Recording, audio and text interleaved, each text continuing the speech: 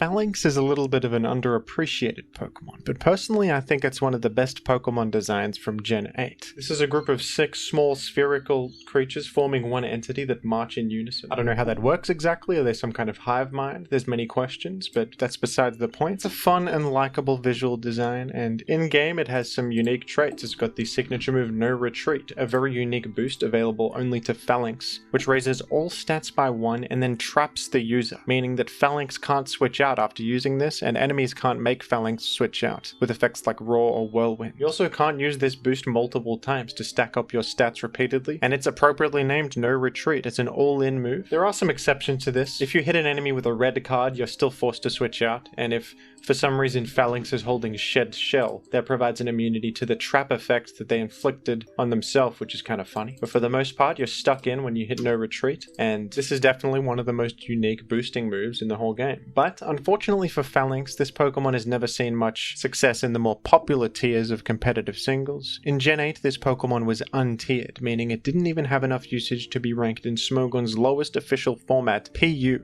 The worst of the worst in the game are untiered. Falinks has unfortunately met the same fate in Gen 9, being untiered once again. But what's cool about Smogon's tiering system is that many Pokemon that would never have a place in competitive can find a home for themselves, and that's true for untiered Pokemon as well. Because of the unofficial format called ZU, which does actually have a ladder that you can play on, where untiered Pokemon have a home. In this format, all Pokemon PU and above are banned, meaning the untiered guys have a format where they can thrive and actually be good. We have such legends as Deaden and Delibird, and of course, everybody's favorite Pokemon, Gumshoes. And believe it or not, folks, Falinks is actually a top tier Pokemon in ZU.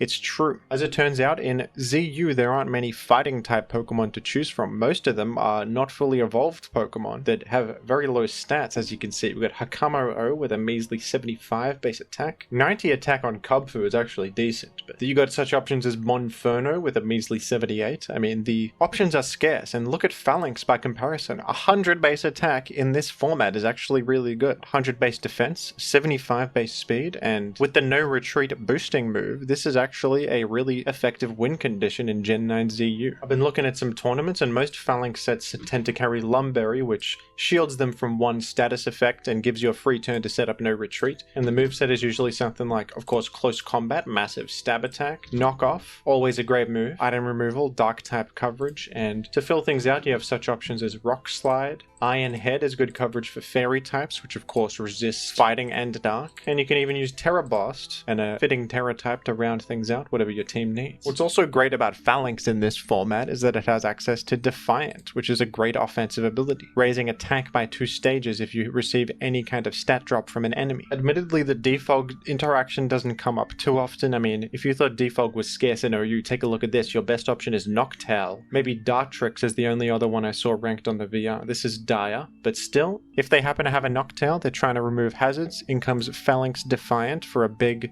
swing back in your favor. Intimidate is another relevant stat drop effect that Falinks can take advantage of, and that's a really great one, because that would maybe stop Falinks' sweep, lower its attack, but because of Defiant you actually get an attack boost. And I've seen the occasional Luxray and Squawkabilly. This is honestly a very useful trait. Sticky Web is quite common too, another stat drop you can take advantage of to receive a Defiant boost. I've actually seen a good amount of Kricketune offense teams. I know that sounds crazy, but it's true.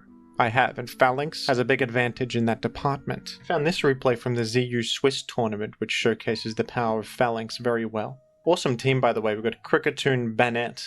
Now this is insane. Banette has Poltergeist now. This Dugtrio is about to do measly damage with Earthquake thanks to the defense boost, and in comes Knockoff to finish off Dugtrio. Tinkertuff is having a tough experience. It's about to take a close combat. And for the first time ever, Fracture is about to live up to its name, receiving a devastating blow from this close combat. And it might outrage, but to what end? The game is over, thanks to Falinks with a No Retreat sweep to finish things off. You can probably see how powerful this is in this environment. I mean, look at the Pokemon on screen. Falinks is quite a bit more threatening than many of them. But Falinks is more than just a one-trick pony. You can also run Choice Band or Choice Scarf sets for a more immediately impactful Falinks, if that's what you prefer. Falinks happens to have access to First Impression, an amazing option. It's a 90 power physical, a bug type attack with priority, but the catch is that it can only be used the first turn you switch in. similar to Fake Out. Now this move wouldn't fit at all on a no retreat set because obviously you spend the first turn boosting up probably. You can't even use the move after that. But on a choice band set this is perfect. Not only is it bug coverage, which is really useful, there's plenty of psychic types you love to hit, but just the powerful priority is also great, allowing you to threaten things that are faster than you. And off the back of a choice band boost and an above average 100 base attack, this is amazing.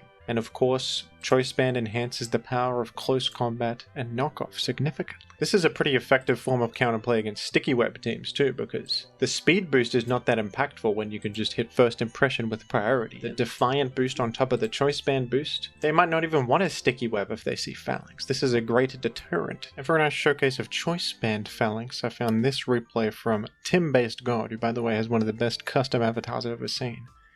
A quick flip turn into Falinks on turn 1 results in a swift KO on Ampharos. That pivot into a choice band Falinks is obviously extremely powerful. The Falinks can basically be your offensive engine on this team. Volt Switch Ampharos and Flip Turn Quackswell are great pivots to find entry points for it. Falinks of course returns later in the game, entering against a Frogadier, threatening first impression, forcing it out. In comes Gabite to get some rough skin chip damage, but thwarting the threat of that Frogadier just with the sheer power of the choice band first impression. If you'd like to try out Falinks yourself, I've attempted to recreate some teams I've seen from ZU tournament replays. They're probably not exactly accurate to the true teams, and to be honest there's not many resources for ZU out there because there's been a lot of shifts recently and there's not many sample sets or updated information, but tried my best here. Tinkertuff seems really popular in this format as a really good utility Pokemon. I don't know if Play Rough is what they run in the last slot, but I couldn't find anything else particularly great. Maybe Encore for more utility. I gave it a Flying Terra type for some immunity. It's no real surprise that Rotom Fan is popular. It actually has quite good stats for the metagame. Obviously the most obsolete of the Rotom forms with Levitate and a Flying typing, but actually does come in handy when you Terra Electric because you lose the Flying typing and still have Levitate. That's actually kind of useful. Nice special attack stat, good pivot, and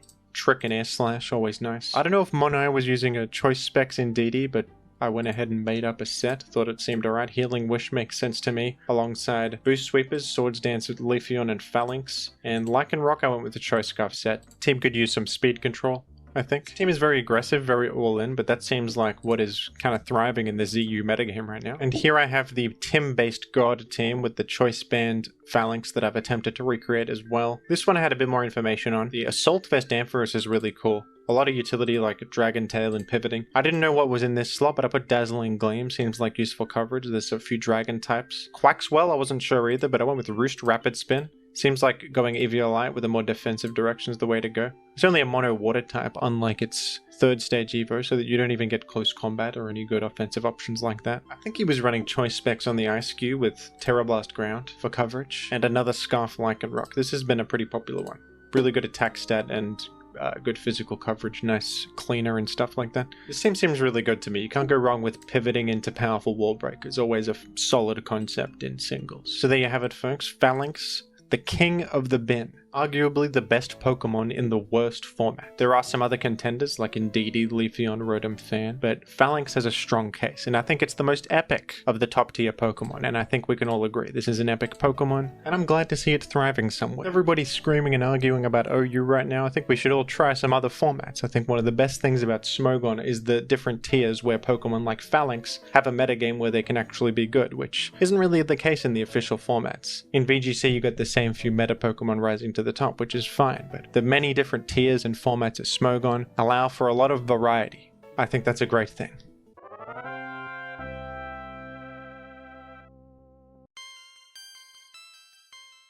Thank you to the patrons for your continued support, and thank you as well to everyone who has donated to my Gen 3 OU tournament, ADV Revival. Oh, KO by one hit! It scattered Spike! The money got different, cause of what I'm spending.